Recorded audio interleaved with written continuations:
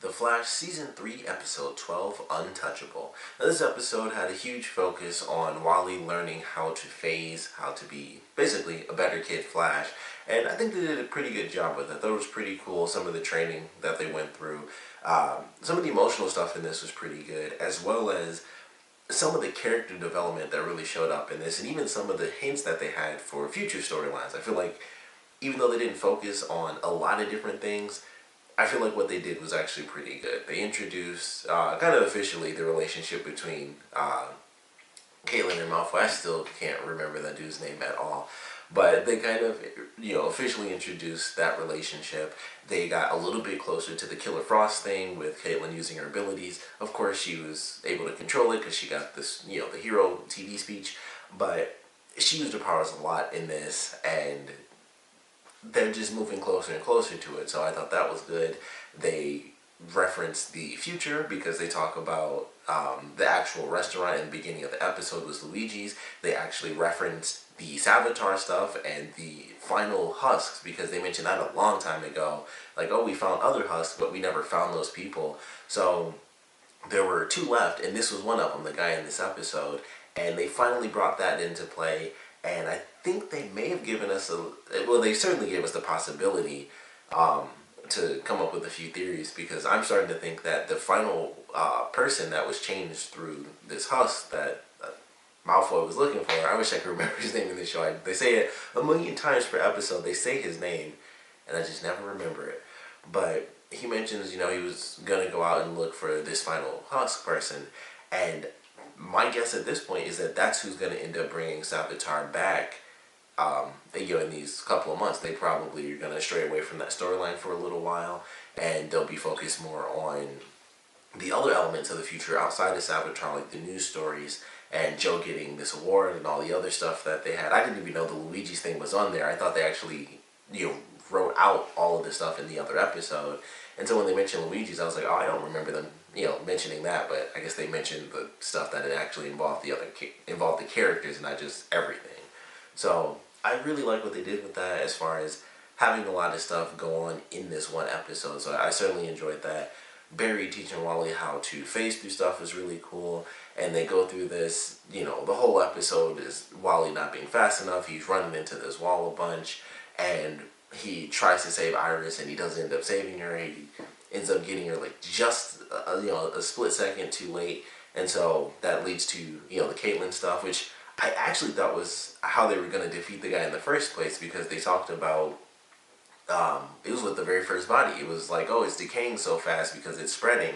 The first thing I thought was, if Caitlin used her powers, she could easily slow it down because it's basically a virus that's spreading throughout the body. If you just freeze the body, it stops it. So I was like, that's probably going to happen. It wasn't as big as I thought, because like I said, I personally thought they were actually going to use her to flat out stop the villain of the episode. I thought they would use her to freeze his powers, but it certainly came into effect like I thought it would have. Like, okay, it's a virus that spreads throughout. Makes sense, if you freeze the body and cool it down, it would slow the virus. So they actually did end up utilizing that, and the way they went about certain things, like I said, hinting at her still becoming Killer Frost, because of course they haven't officially changed that just yet, and them going into some of the other elements of Wally training and using his abilities and, simply put, getting faster. I like that. I thought it was really well done. Something my girlfriend mentioned was like, why wouldn't they just start Wally off training simply instead of him running into a wall at who knows how many miles per hour? Why not just have him train using his hand first, which would have made more sense? And she's totally right about that. It would have made more sense. The only reason not to have him start that way is because, of course, he'd have to then train the rest of his body. And I guess, they don't have it. Kind of like how Cisco put, he had like 15 years worth of experience from Eobard Thawne to teach Barry.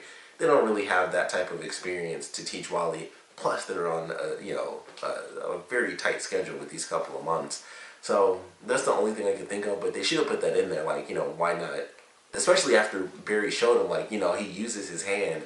They didn't even put a line in there like, well, why don't I just train to do that instead of my whole body?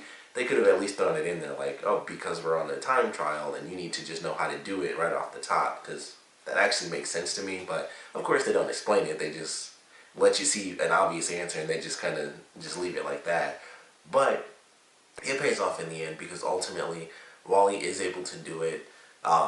And he pulls off a cool maneuver. He actually phases through a person, which is pretty sweet. After cutting his hand, he gets his blood into the villain's system, and that counteracts his ability to decay everything. So they stop him, which comes after a super crazy moment where Barry phases who knows how many people are on this train, plus the entire train itself, through all this rubble, and he's able to phase everybody through it. And of course, that's why Wally has to phase through the actual villain. So two really cool moments because we got to see, plus we got to see a bunch of phasing in this episode, which in itself was cool. Because when they were having the race, that's the only reason that Barry even won is because he knew how to phase, and Wally had to run up the wall to do it.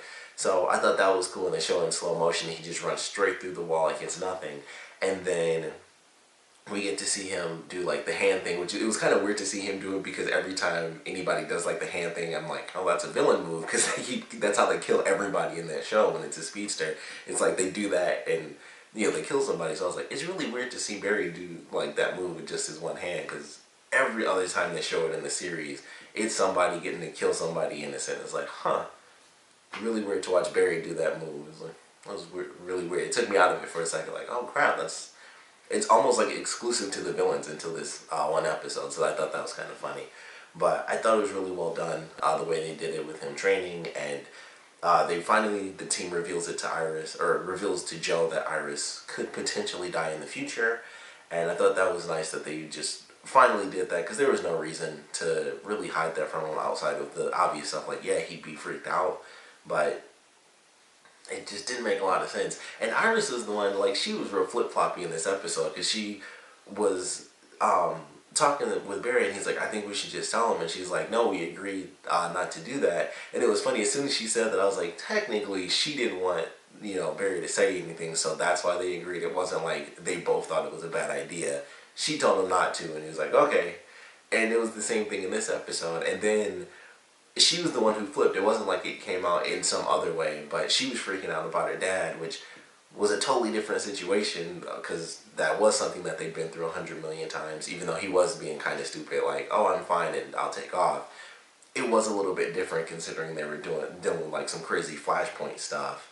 And I think they knew it at that time, or maybe not, but either way, this is a dude that can literally touch you to death, so it was a little bit different than most metahumans that they've dealt with before. It's just like, this guy runs at you and he runs a little bit faster than you, you're kind of screwed. And he can just run through buildings and just like disintegrate stuff, and the rubble can fall on him and it'll just vanish. So it was a little bit different than most of the metahumans they've dealt with, but Iris ends up revealing it to him. Of course, an emotional scene, there's crying. I feel like everyone on this show can cry like that, like they have no problems with it.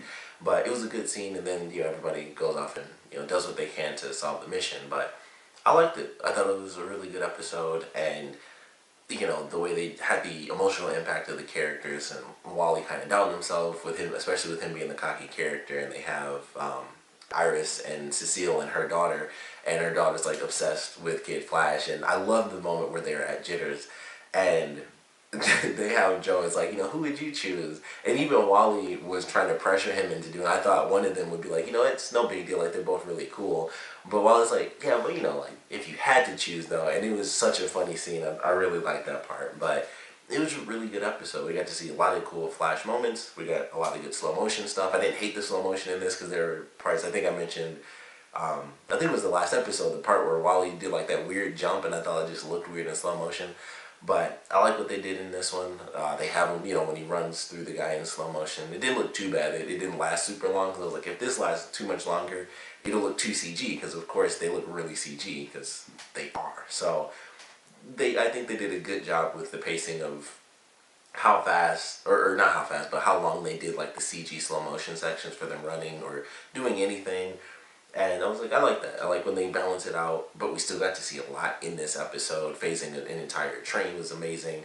Wally phasing for the first time was really cool, so that was nice that he's learning that. And then we get the cool ending of this episode, which I didn't know the actual ending. I knew what the next part was going to be because I got to see Legends of Tomorrow before I ended up watching this, because I was waiting for my girlfriend to watch The Flash. So I saw like the ending promo. I was like, crap, well now I know what's going to happen in the next episode.